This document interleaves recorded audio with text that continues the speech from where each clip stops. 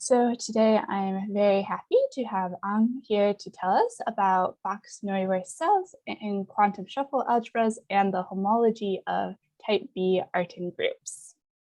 Thanks, Sarah, for the introductions, and I'm very honored to speak here. This is my probably second time giving a public talk about this project, and I'm very excited to share with you what I know.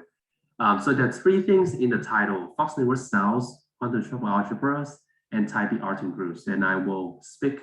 I will probably first start talking about them after 20 minutes. So bear with me for a second.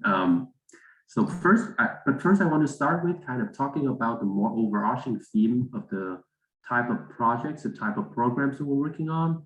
In particular, that is on arithmetic statistics and homological stability. I'll give some examples for these type of problems. The questions about basically like statistical questions for number of theoretic objects, and how it can be translated into some topological context that we can use topological tools to compute. So an example of that is the resultant of polynomials over FQ and a modulus conjecture, which we will both talk about later on. And after that, we will go through, and I'll try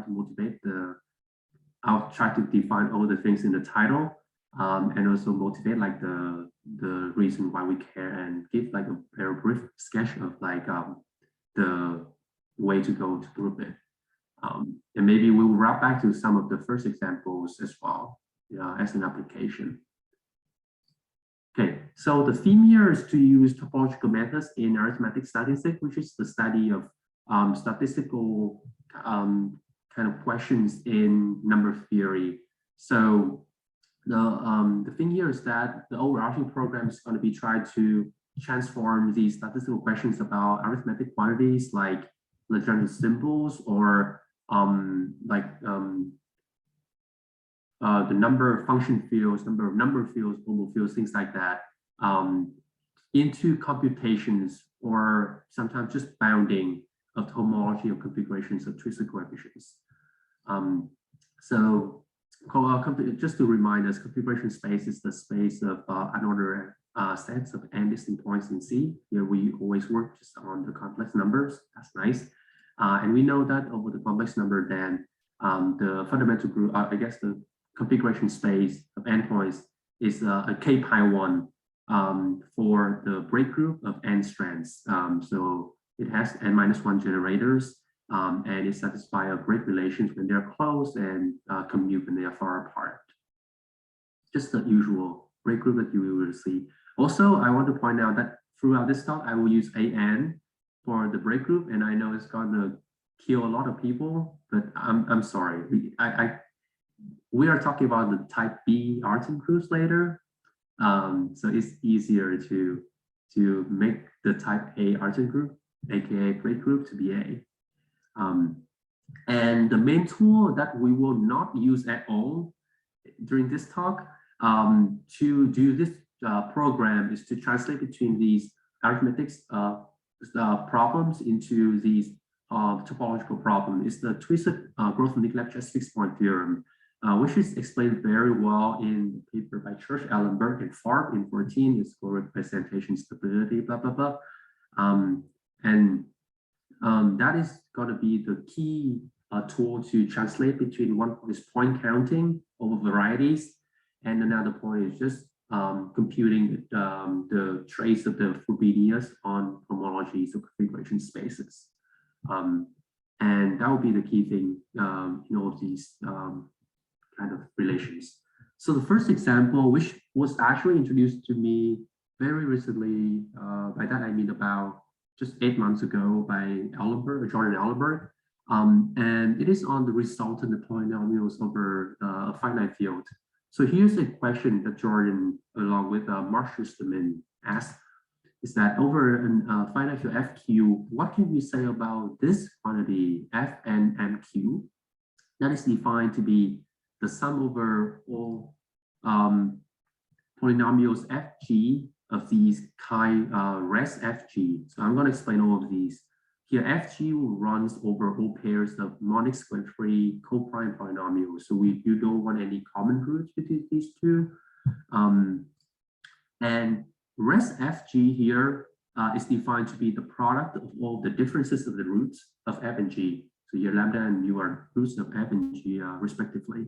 There's a name for it. It's called the resultant of f and g. And in a way, this is for function field. It's the same, has the same kind of effect with the Legendre symbols for number field. So remember, we have something called the Legendre symbol in the number field. That's that way. If we have two numbers p and q, the Legendre symbol is -1 if they are co-prime and 1 if they are not. And chi here is just this homomorphism from FQ's cross to ±1, where we designated chi of lambda alpha to be 1 if and only if alpha is in FQ cross square. So this whole thing here, so what is this F here heuristically is going to mean? This F here is some kind of average, is some kind of arithmetic average of the values of these resultants. Or I guess in the sense it's like a parity of these resultants. So if you kind of think about a number field case, this is kind of equivalent to trying to see, trying to basically compute the average values of the Legendre symbols for all P and Qs. So this is a question entirely in number theory.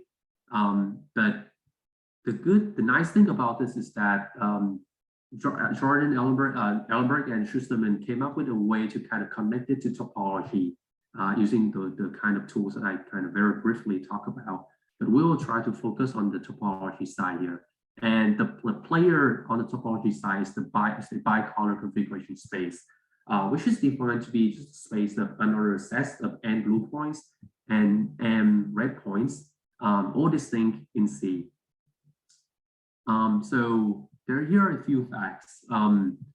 So this configuration space here is similar to the normal configuration, the standard unordered configuration space. It's also a k-pi1. For this B and M, that is called the NM mixed break group. And what is this? This thing here is the, so there's a map from the break group to the symmetric group by just looking at the endpoints. And sitting inside the symmetric group, there's this product Sn cross Sm, and this B and M is precisely the kernel of the map down here under this, you know. I guess the pre-image of this Sn cross Sm under this map. And so pictorially, it has a very nice description of these mixed break groups of blue strands and red strands. So there are, you can think of it as if there are n blue strands and m red strands. And what these strands has to satisfy is that they can wrap around whatever, but then they have to preserve the partition on the endpoint. So that means the blues have to go back to blues, the reds have to go back to reds. And the second fact that will be useful here is that there's a copy, there's an inclusion of cont n m of C into this product of alpha I n line cross alpha m line. So here, notice that each of these, so alpha n line is just the quotients of all like degree n monic square-free polynomial, and same for am here. And there's the zero locus of the resultant on this space on the right-hand side here, precisely where we have a root in common for these polynomials in n or in R of degree n or m. And this relation is hopefully kind of give you a glimpse into how like this bicolor configuration space can play a factor, can be like a player in these conversation of a resultant. So the upshot here is that we the statistics about these quantity f n m n NMQ is the same as statistic about the homology of the mixed break group B and M with some twisted coefficient L. And here, the coefficient is just one-dimensional representation of B and M defined by the following. So there are these like mixed break groups are generated by the following three types of generators. Basically, is either blue wraps around red and back, or just red and blue, just the standard generators with just red and blue strands. So notice that there's no red cross blue period. We are not allowing that because we always need blue to be back and red to be back. And so these are all generators of BNM. And the representation is defined such that this wraparound generator here is called the mixed generator. It's 10 to -1. And the other standard one is just 10 to 1. So in a sense, this L is recording the parity of the number of times we are wrapping the blue strands around the red strand. And there's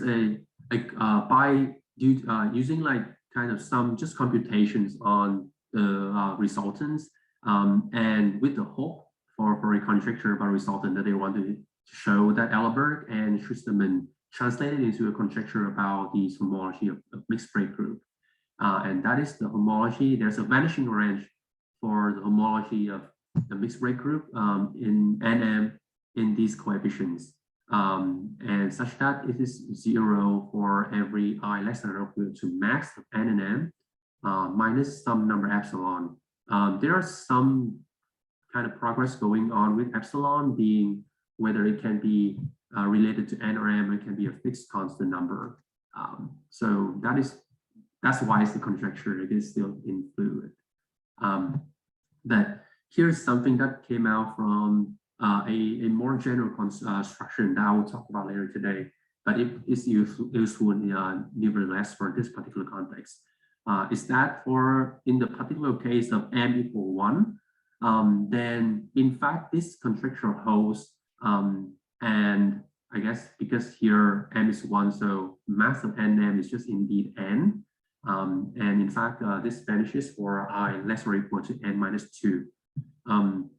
In ongoing work, we are actually hopefully to be able to generalize the technique that I'll talk about later today to prove that actually this conjecture is true, and this epsilon is in fact just 2, the constant. But that is probably hopefully for some other days in a few months. We'll see, I don't know. Okay, but here this gives one example. So like this translation between number theory and topology and where the homology configuration space comes into play. So is there any questions about at this point before I move on to the next example?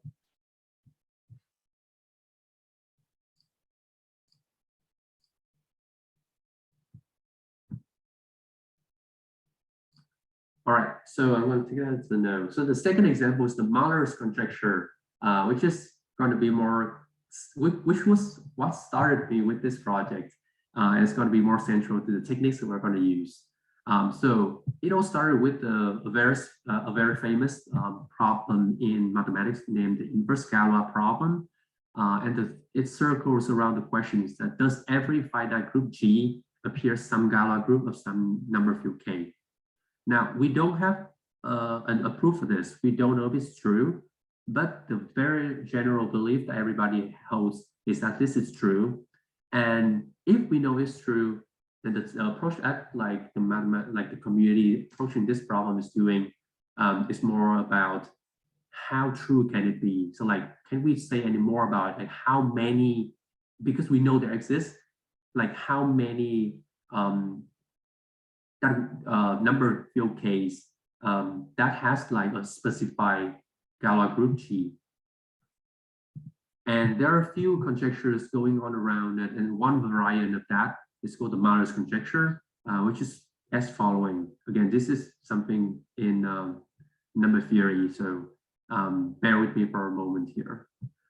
So if I let this number n, d, g, kx, for indices, to be the number of degree d extensions L of some global field K with discriminant less than x and the Galois group specified to be some given group G, then for any epsilon greater than 0, the following holes here. So this bounds is, so the lower bounds given by something like C prime kg times x to the ag, less or equal to ndg case x less or equal to k, another constant k, ckg epsilon. This one depends on epsilon, and also the power has to be adjusted by an epsilon as well. So this is to say that this number ndgkx is going to be very closely polynomial, basically in x. And there's a refined version of this called the strong Malloy conjecture that actually specifies these epsilon a little bit further. And that is to say that this number ndgkx is asymptotic to the following ckg times x a to the g times the log of x to the bkg minus 1. For some bkg, that's an integer greater or equal to 1. And so this form of the Malloy conjecture is known as the stronger form, and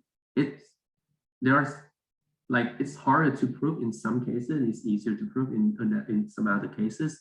But these are the two forms of Malloy conjecture that are commonly in practice right now. So these problems started with just K being a number field, but the conjecture certainly makes sense if you have K to be any function fields as well. So we nowadays is kind of referred to these conjectures as for global fields in general. So what do we know so far about the Malloy conjecture? So right in 89 shown that it holds for OG abelian. And Davenport and Highbrow 71, Daskowski writes in 88, proved the case for G equal S3. Kluner in 05 proves something like the Malloy conjecture for G being a generalized quaternion group, but also by that proof, he gave us somewhat a counterexample for B case G. So actually, something I omitted from the statement is that there are some very special specified constant for A, B, and C. And in particular, Kluner's example, this proof it shows it is consistent with A and C, but the number for B that Kluner's came out with is different. This is actually something that is higher, I think. And in 15, Turcali gave a modified conjecture for this BK G. Bargava in 05, 10, and Bargava Shankar in 1 and 15 proved the Malloy conjecture for the case when G equal S4 and S5. And that is probably, and the next, and the last probably something specified. Ellenberg, Venkatesh, and Westland in 16 proved the case when K is the field of rational functions over FQ, and G is a generalized diaedral group of order prime to P and to Q. So all of these, one thing you can see in common is that they are more or less trying to assume something about G. So in fact, there is very little known for general G. The closest we can get are some results by Ellenberg and Venkatesh, and the following Ellenberg and Westland in 17 prove an upper bound for the case when K equal again FQT for all choices of G and all sufficiently large Q. So they sacrifice the choice of G in the terms of they kind of only they prove it for some certain few, like we have to restrict the number of Ks you can get in a sense to relax your range for G.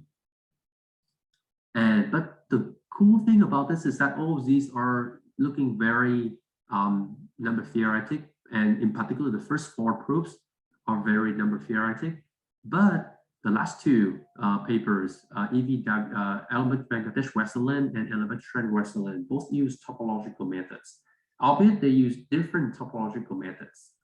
So for this talk, I will focus more on the second paper's method. And in particular, the goal is to generalize their topological method to hopefully do something with a modified version of the Malloy conjecture. we're still trying to figure out what exactly conjecture we're going to try to prove. But I'll give you, I'll tell you what we know about the topology that's corresponding to it. So elementary Western started with this object named braided vector spaces. So recall that we have the braid group basically have this presentation here. We have the braid relations. And the braided vector space V over few K is a finite dimensional vector space with a braiding sigma from V tensor V to itself, such that it satisfies a braid relations like this. Sigma 1, the sigma tensor 1, circle sigma composed with 1 tensor sigma, composed sigma tensor 1 equals the flipping of those sigma and 1, basically. And one thing you can observe very easily is that these braid relation is very closely related to this braid relation. It's precisely the same form. And in particular, it allows us to define the action of the braid group AN on the tensor product V tensor n times by just having sigma I acting by sigma placed at the I position. And then that gives me a representation of the braid group AN on the space V tensor n times. And in particular, in this case, this is the twisted. This is going to be taken as our twisted coefficients for homology of braid group. So with these objects, they can define a algebra called the quantum shuffle algebra, and it is a braided graded bialgebra where the underlying algebra is just a tensor co-algebra. So just as a vector space, just the collections of all tensor powers of V, and it's equipped with this quantum shuffle product. That's somewhat interesting. So here we use the bar notations for the elements in V tensor n times. So we have A1 through AN multiplied with B1 through Bn. It's going to be given by the following on the right hand side. So first we will concatenate A1 through AN and B1 through Bn here. And then we will sum over all the lift of all NM shuffles tau. So the NM shuffles are the permutations of n plus m elements such that the order is preserved on the first n and the last m elements. And given this shuffle, there's a natural lift to give us an element of the braid group by just lifting all of the strand going from right to left up, and all of the strand going from left to right is behind. So this gives us a valid lift, and that defines the algebra here over this braided vector space. And the key topological observation that they make is that if V is a braided vector space, then we can kind of introduce a little bit of, we can introduce a twist in sign of V by just putting a minus sign. Then there's an isomorphism of the homology of braid group with these tensor coefficients in V tensor n times, and the cohomology over this quantum shuffle algebra A defined over this twisted sign V. And this is the key topological result to allows them to prove the Maurer conjecture in their case for all group G and or sufficiently large Q. I'm not going to go into the details of how they're going to do the bounding, because that was like something they've been working on to I think improve and edit for like the last 5 years, and hopefully there's going to be a new preprint, a new updatable version soon. But it is the key idea is that there's a lot of work going into bounding these cohomology, and which in turn gives us the bound on the number of function of number of extensions over the field FQT. Okay, so for the purpose of this talk, we will try to reconstruct a version of this theorem, but instead of the braid group here, we want to use the type B Artin groups, and we will try, I'll sketch the proof of that equivalent version of this theorem. Okay, before we move on, actually, is there any questions so far?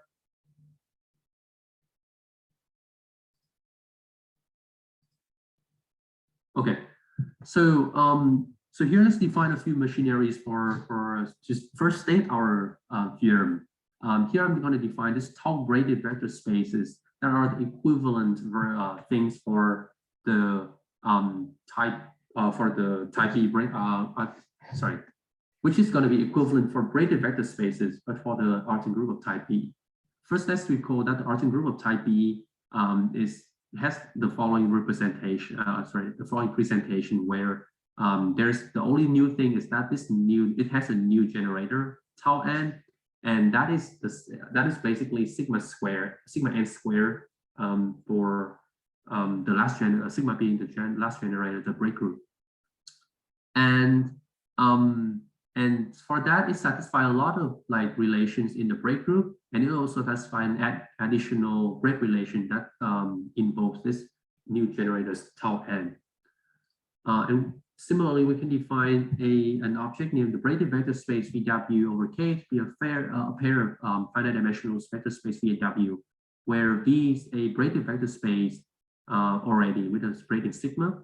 And we're equipping this with another isomorphism tau from V tensor W to itself, such that it satisfies an added braid relation here.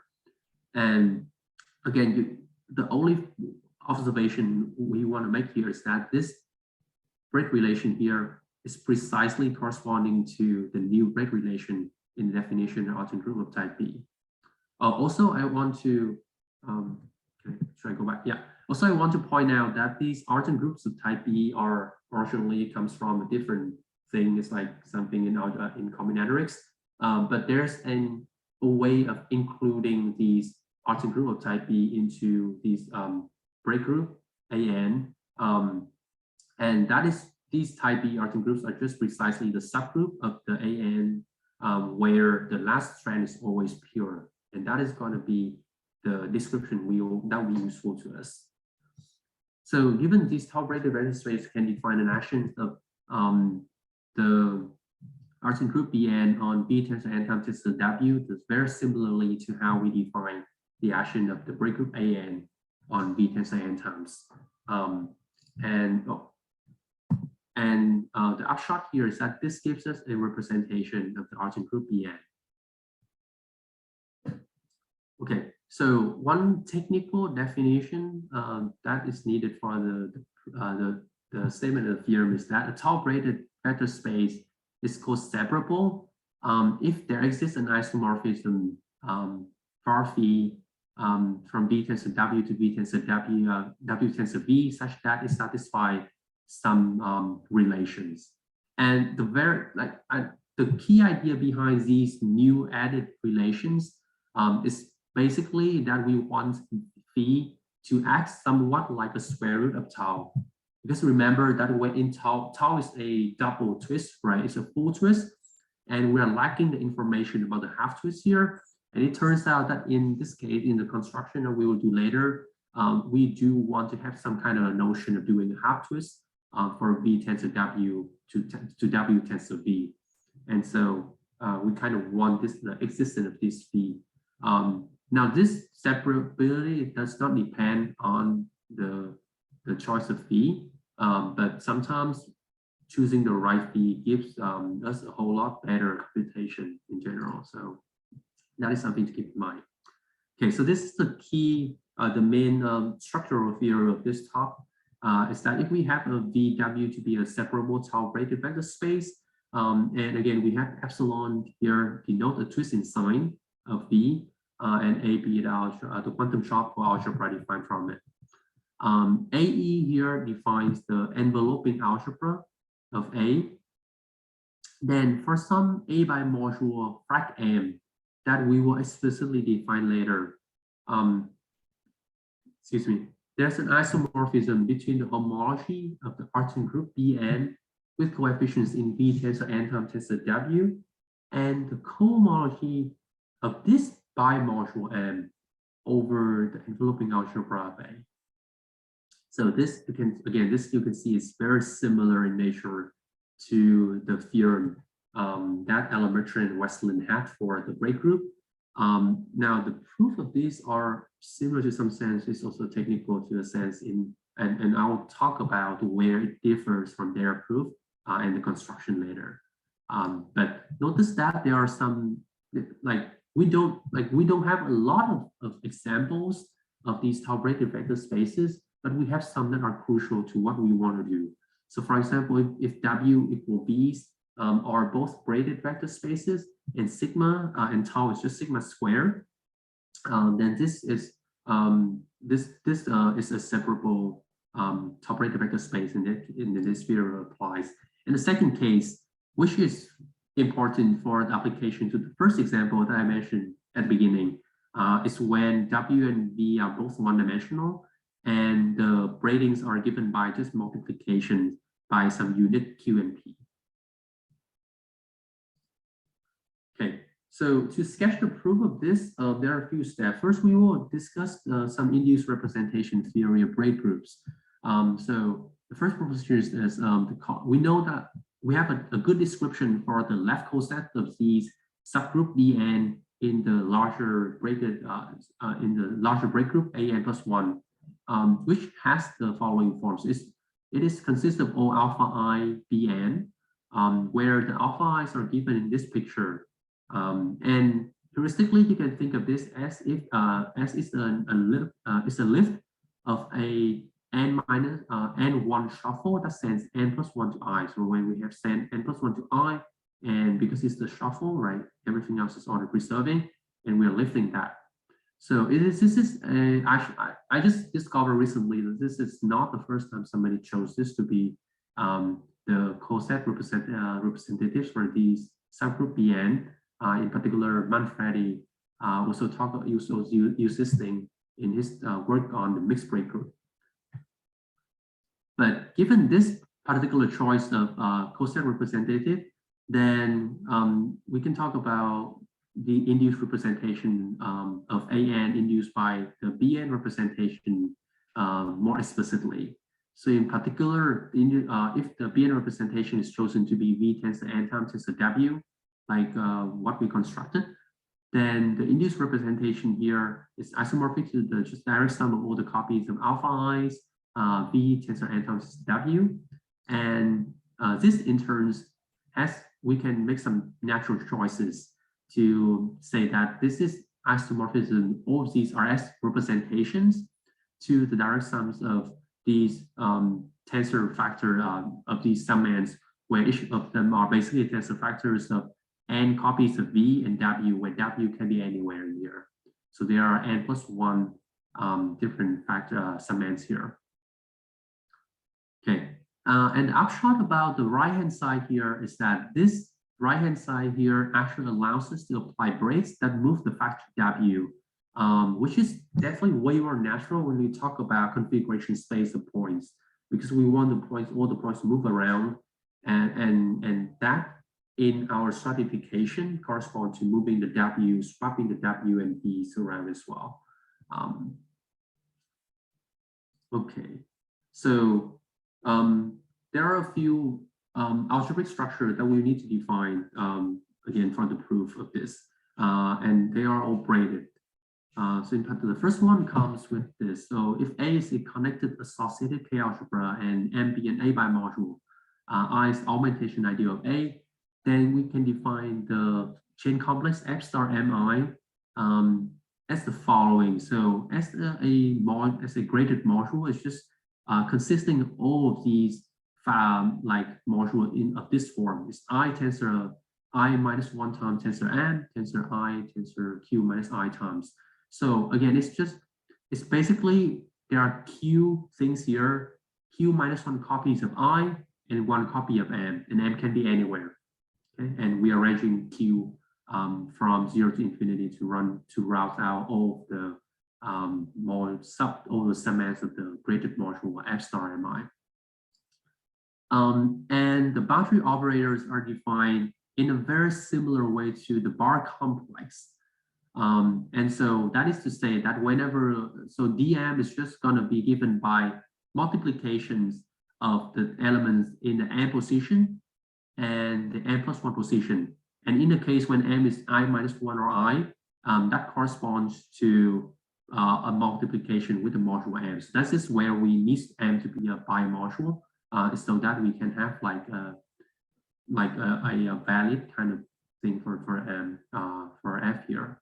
And the differential is just, again, the alternating sum of these phase maps.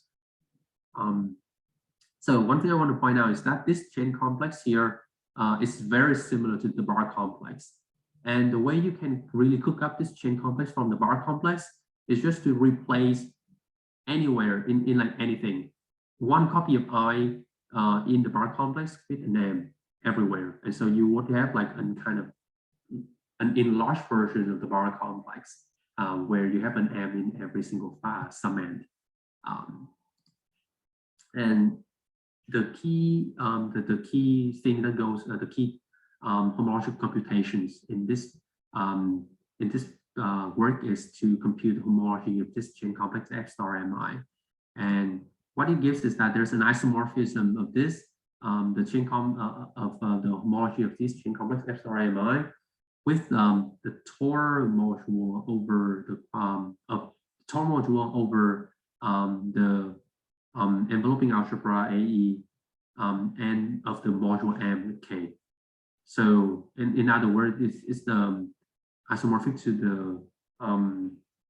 the left derived functor of the tensor of M and K over AE. And because F here is preserve the degrees, the differential of the F preserve the degree, then we can also say the same thing about the Swiss subcomplex of degree N for both of these right and left hand sides. And again, one thing I want to point out is that this Tor here is over AE, and one thing you want to remember is that the Hochschul's chain complex can also be written as as a Tor over the enveloping algebra of the modules.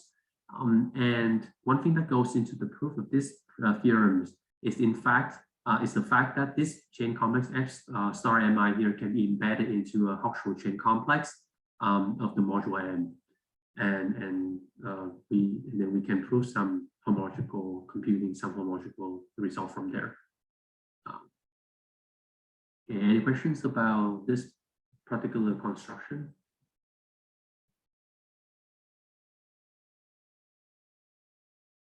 I'm sorry, there's no homotopy theory here, by the way, but there are a lot of ideas go into it using homotopy, but obviously it comes into the proof and not the statements.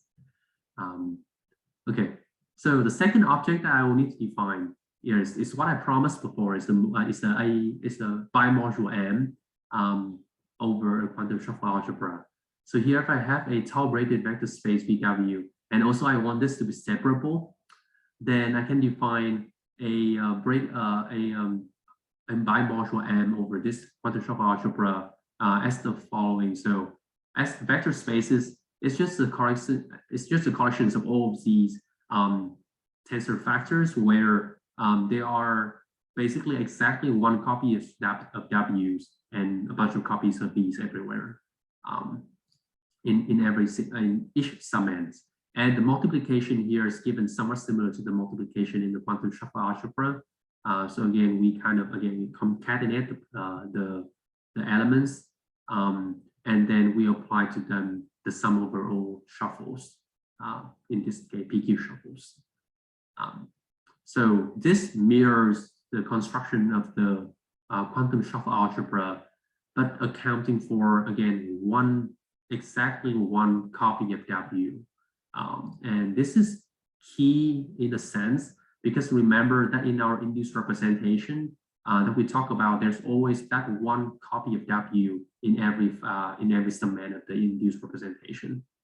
And the key topological observation here that connects to configuration space is that if we have this bimodule M defined as above, and I here frac I is the augmentation ideal, then the chain complex F star Mi, when we plug in these bimodule M and the augmentation ideal I, is isomorphic to this twisted Fox-Neuwirth chain complex C star tensor induced representation of B tensor N times tensor W.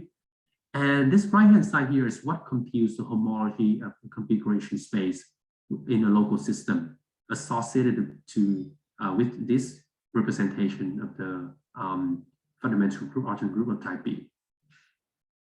Okay, so what happens is that we can use the homological results that we have for F, and we translate that into the homology, which is the coefficients for the configuration space, and that in turn gives us the key, like the main theorem, basically. So let me explain a little bit of how, or I guess let me try to give you a reason to believe why the previous proposition is true. Okay, I realize I'm running a little bit low on time, but we'll finish. So here, and it started with Algebras and Westland. The idea is that they use something called the Fox-Neuwirth cellular stratification, the configuration space. And recall that the configuration space is a set of under a set of listing points in C. There is a stratification that can be used here. Is heuristically is basically grouping points into columns. So here a cell is indexed by an order partition of n lambda. Here, and let's take a look at this example. So this example is a configuration in the cell indexed by the partition 2, 3, 4, 5, 3. And you can see that corresponds to the number of points in the columns that are ordered by their real parts. And the boundary cells here are obtained by joining columns. So what we are allowed to do here is that we allow these columns to join into each other, but we do not allow the points to collide because we want to keep the number of points intact. But these points, when we join, for example, these points, these columns, the points can go anywhere between the points, right? We were not forcing some kind of order on these joining, as long as the order on each of these parts are the same, because they are still on the same column. But you can see that when we are kind of doing that, we're intertwining these points between the two adjacent columns together, and that precisely corresponds to the shuffles that we talk about. And that hopefully tells you that the shuffle plays a role in the differential of this of the chain complex that that associated with this stratification. And this does not give a CW structure on configuration space, but it does give one for the one-point compactification configuration space.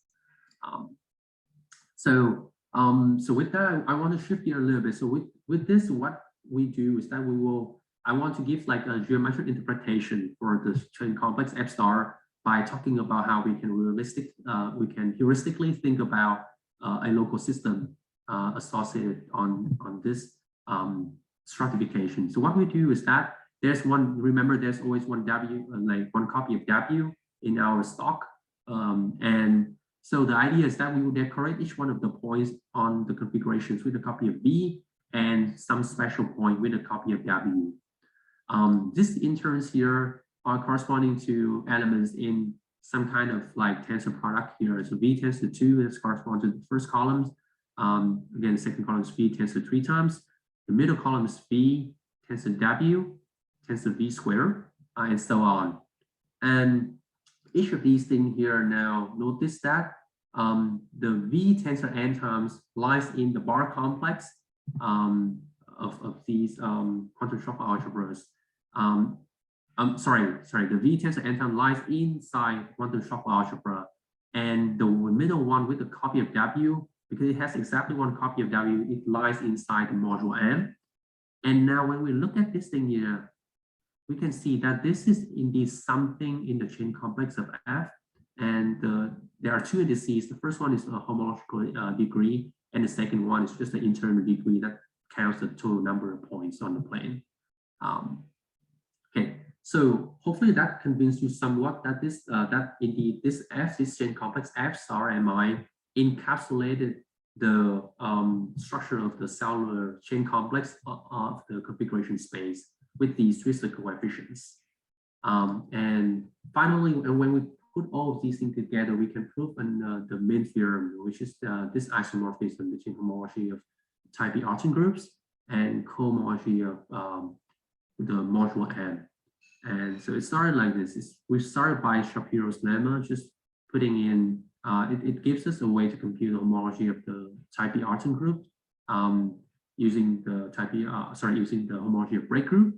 And this right-hand side here It's the same as the dual of the homology of this Fox-Neuwirth, twisted Fox-Neuwirth chain complex, which we know is isomorphic to the chain complex F star n plus 1 mi.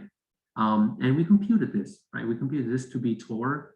And the last thing is to use duality between Tor and X to give us the statement of the theorem. Okay, so that this is the combination of like basically 3 different steps that we talk about so far. So the original goal for this theorem is to replace V and W to, I guess, substitute into V and W some version of that's going to correspond to a modulus conjecture or a modified modulus conjecture, but we are not sure exactly what version we are want, like what kind of conjecture, what precise statement of the modulus conjecture we will get, and that is something that we are working on right now.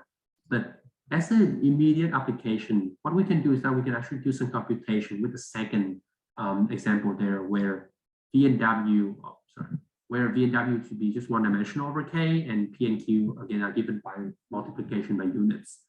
And this computation is actually divided into a few cases where minus Q is, it depends on whether minus Q is a primitive root or unity, and whether P is a power of minus Q.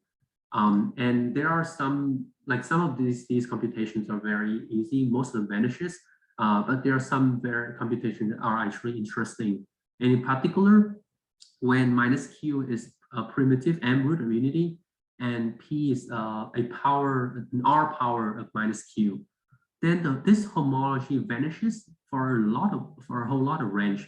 But except for when R equal 1, that is P equal minus Q.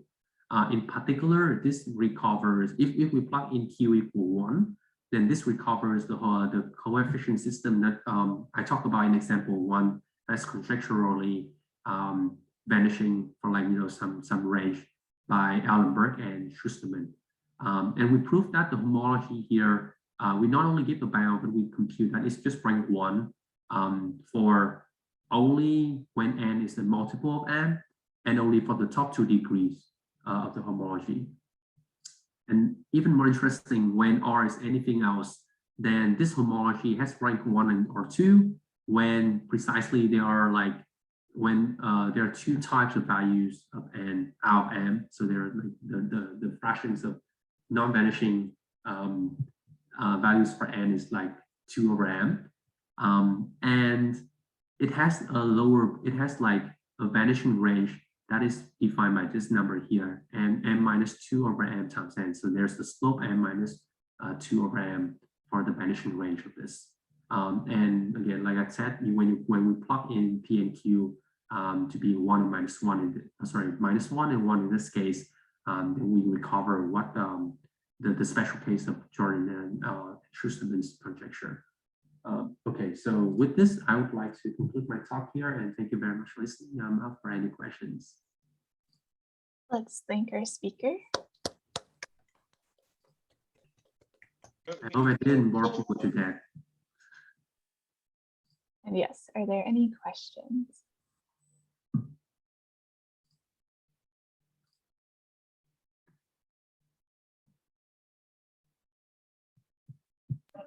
Can you hear me? Yeah, hey Zach. Hey, how's it going? Yeah, I was wondering, is it true that modulus conjecture is known for function fields? Do you happen to know? Is the modulus conjecture known for function fields? Not in general. Like I said, everything that I talked about before at the very beginning, it's going to be a pain to go back. But that is okay. This is, I think, the states for the modulus conjecture. This is the state for the modulus conjecture. There are some results here and there, but in terms of the very recognizable groups G, or for general group G, then I think this is the state of the modulus conjecture is known. So even for function fields, again, you can see that here the best result I can know to date are the 2 later results by Allenberg and Tesch-Westland and Westland on when the field is F2T. Yeah. Okay. Yeah. My question here is sort of like, will these methods, do you think, apply to both the function field and the number field case? Or do you think it'll be like one or the other, or maybe one side is easier? Yeah, That kind of that thing? is a very good question. So everything here is not going to work with number field, because number field is the different animals in the sense of like the techniques there are going to be high algebraic geometry. Whereas here in topology, we rely a lot on the growth and neglect stress fixed point theorem. And that usually just works for point counting over finite fields. And so that, that kind of correspond to the model conjecture, just for the function field case. Yeah. And are you kind of hoping to get the strong version, like the really specific bound, or just the polynomial one? Yeah, so so I think for this method, no.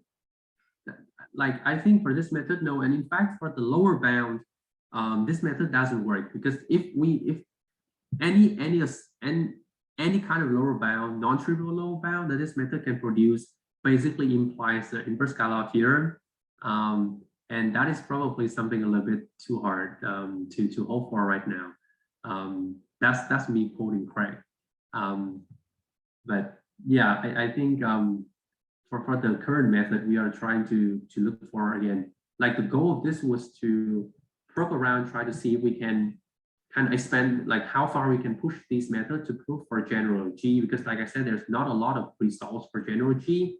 And we want to, again, there's one side when we fix some G's and we let the fields to be whatever, and we let Q to be whatever. But then on this side, we try to want to be more general on G and see how far can we push K and Q. Cool, thanks. Yeah, thanks.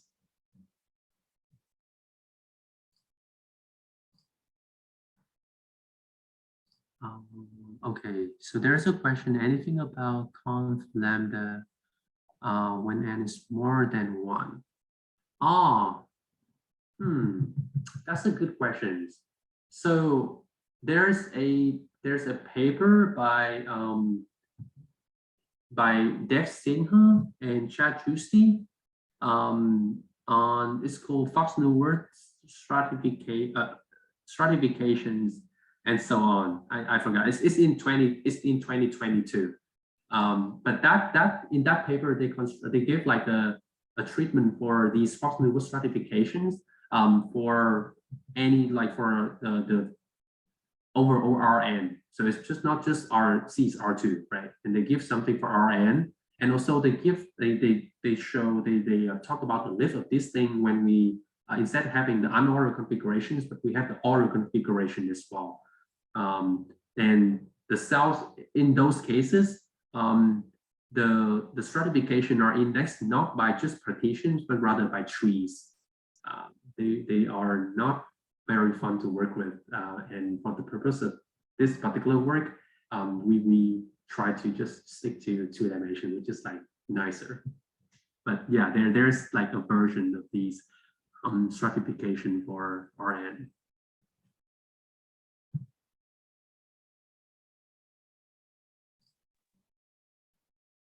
So I know you're still thinking about what these topological methods imply in terms of conjectures, but for the future, are there any other topological methods that you're beginning to think of that maybe would allow you to prove stronger conjectures, or is that just not something that you've thought about yet?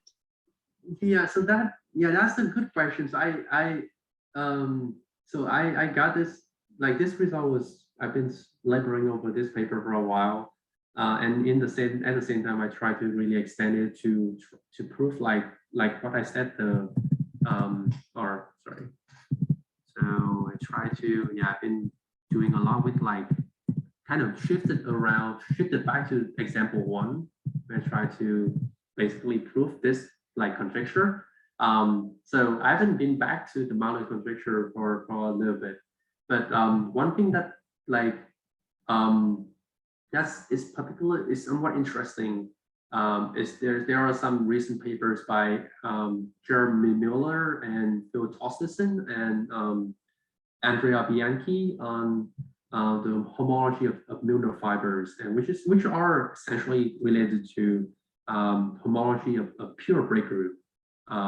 And we think that like even for those cases, when we can talk more about the homology of pure break group, then we have a whole more family of model conjecture. Even under this framework, even under this method, we have a whole new kind of family of results that we can prove for the model conjecture. But again, these are very kind of poorly thought out, thoughts here and there. So I better not comment anymore on this. Okay, cool. So lots of potential future work. Yeah, like hopefully I can do something more significant, the goal is just to prove the model conjecture before you graduate, right? Just do that for everything.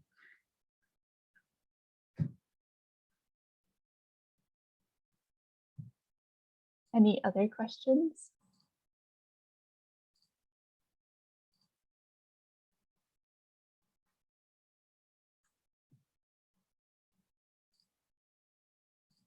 Well, let's thank our speaker again.